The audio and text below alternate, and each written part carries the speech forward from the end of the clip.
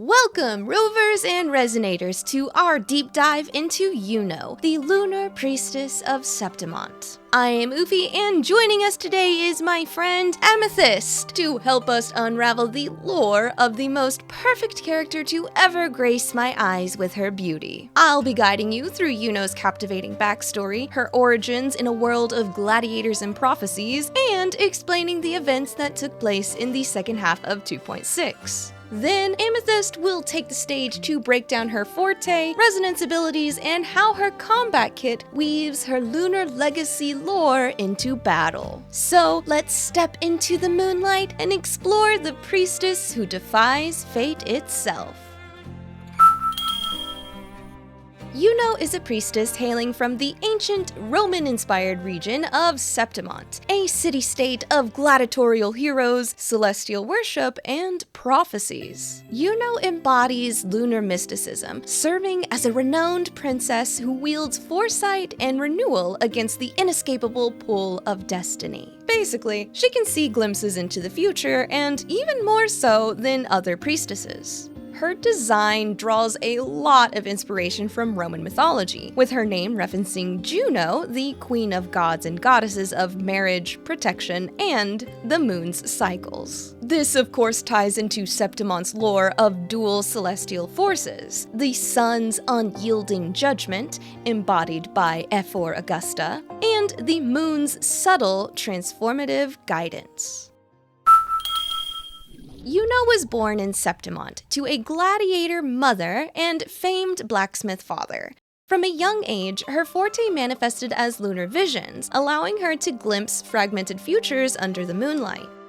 Unlike typical Septimontians who channel their powers into raw combat or gladiatorial spectacle, Yuno's gift drew her to the priesthood of the Tetragon Temple, a sacred site balancing the sun and moon divinities. As a child prodigy, she was inducted into the temple's inner circle, where she honed her abilities by anchoring with the moon's erratic cycles.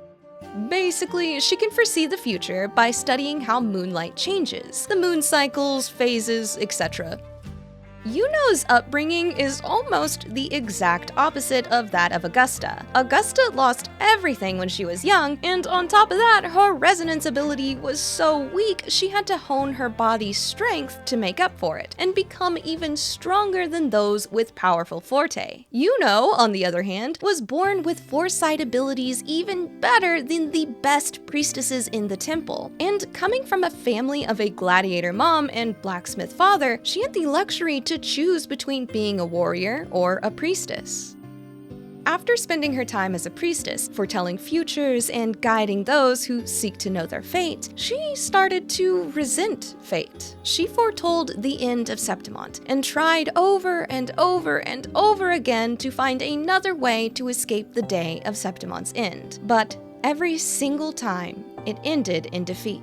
She started questioning, if fate is set in stone, what point is there to even glimpse it, to know about it, if we can't change anything? What is the purpose of a priestess but to simply give a countdown to the day of reckoning? And Yuno could not accept this. She couldn't watch Septimont and her people's destruction while she knew it was coming. She couldn't be the last one standing and be the one who prophesized this end. And this is a great segue into the events of 2.6.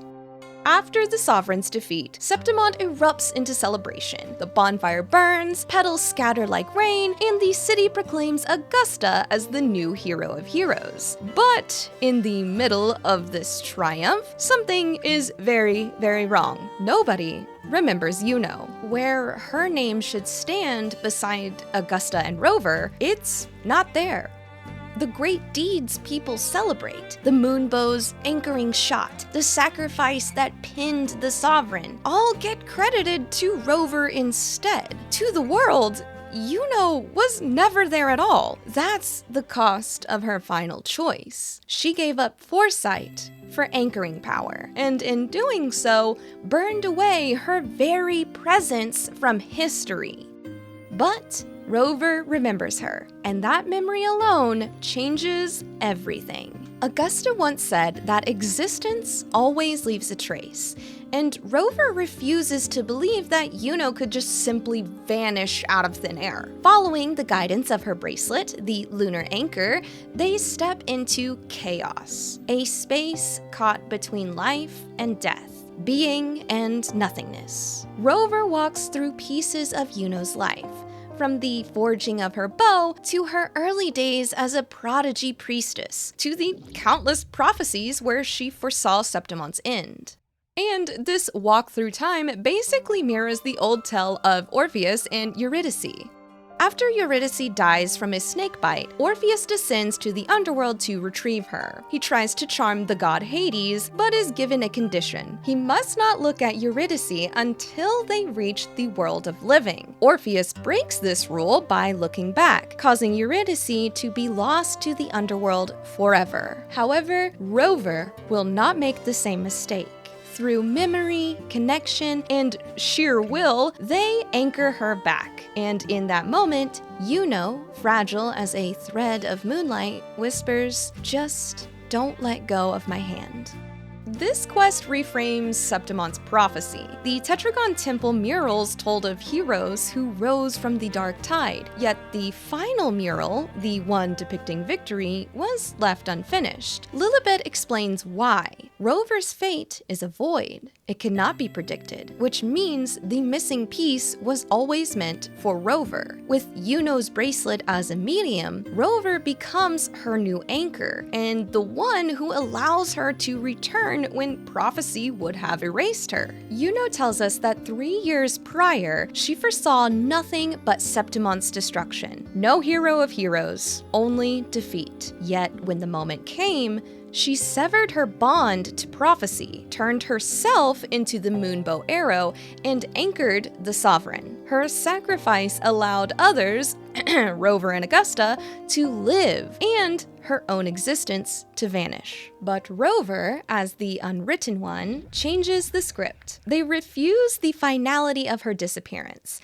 diving into chaos to rewrite her ending. Together, they manifest a new outcome. Not a single fixed prophecy, but an infinite void of possibilities. This is the true meaning of the unwritten fate, not the absence of destiny, but the freedom to create one. At the climax, Rover anchors Yuno back into existence. Though most of Septimon still cannot remember her, she acknowledges this new truth. The altered fate itself is proof of her existence. She entrusts her lunar bracelet once more to Rover, a testament to our secret interaction, and promises that even if time erases her again, she will follow echoes to find Rover. And the quest ends with tears of joy. Under the rain of petals, amidst wine and celebration, Yuno stands again beside Rover and Augusta, forgotten by most, yet alive in truth. She embodies the theme of Septimon's duality: the moon as anchor, the sun as blaze, and the void as possibility. And now that we've traced Yuno's journey, it's time to see how her lunar powers shine in action. I'm passing the mic to Amethyst. Take it away. Thank you, Oofie, for that splendid introduction. It really is a pleasure to be here on your channel today. Now, without further ado, allow me to go over Yuno's Resonance Evaluation Report, discussing everything to do with her forte, her resonance ability, and her history of overclocking. What I'm about to tell you is an excerpt from the Priestess Registry at the Tetragon Temple, and this specific entry concerns the 127th Priestess of the Tetragon Temple, known as Yuno. Yuno's eyes are said to hold the power to foretell the future, a gift she has been blessed and cursed with. While the full extent of this power is not revealed at this present moment, this ability allows her to see the fates of others, a power that contributes to her rebellious and defiant personality as she fights against the cruel fate. Yuno is favored by fate under one name, and swept away by it in another. Yet never once has she been defeated, nor has she ever yielded. Now, witness the defiant priestess. Witness what keeps her striding forward, never to look back. Witness how she walks the intricate web of destiny and becomes the only answer. Her tacit mark is located atop her left foot, When she activates her resonance ability, lunar energy constructs with the shape of lunar phases manifest around her, and the tips of her hair turn translucent, radiating a gentle glow that is almost indistinguishable from actual moonlight. Yuno's resonance spectral analysis reveals that her forte aligns extraordinarily closely with the frequency pattern of the natural moon, exhibiting a conscious phase-like modulation. Notably, 3 years ago, her forte appeared to evolve, enabling her to shape moonlight into solid arrows that could reveal marked monsters hidden within the dark tide. When we archived this entry, Grandmother Lilibet asked us to verify it multiple times. Oddly, none of us could remember who had written it in the first place, and stranger still, no one seems to recall the priestess described here. Could a powerful priestess like her have truly existed? Somehow, this out-of-no-here record feels as if it was written by the moonlight itself. Now, let us go over Yuno's overclock diagnostic report to see if she has overclocked in the past or has any traces of letting us know if she will in the future. This entry concerns the 127th priestess of the Tetrachon Temple.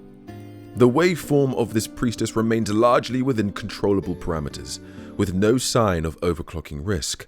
However, multiple interruptions of varying durations have been observed, accompanied by a gradual and consistent decline in her frequency. This suggests a possible state of long-term depletion. The underlying cause remains unknown, and the priestess has refused further examination and shows limited willingness to engage in deeper dialogue on the matter. In other words, she is very stubborn and does not wish to talk on any more matters regarding her forte abilities and her overclocking diagnostics. It is clear she understands more about her own condition than she lets on to us.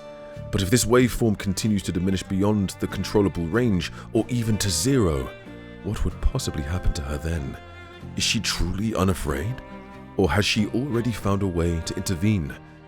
Thank you once again, Oofie, for inviting me here upon your channel. It's been a pleasure, and I cannot wait to hopefully collab again in the future. Thank you very much again, Amethyst, and please go give his channel a follow to support a fellow lore enthusiast. But that's Yuno, the moon's mortal echo who gave up certainty for possibility, and who proved that fate isn't a prison, but a choice. Huge thanks to Amethyst for showing how her combat kit ties this lunar legacy into battle, and thank you for joining us under the moonlight of Septimont. If you like this deep dive, drop a like, hit subscribe, and let us know who you want covered next. Until then, chase the moonlight and carve your own destiny. Once again, I am Oofie, and thank you so much for watching.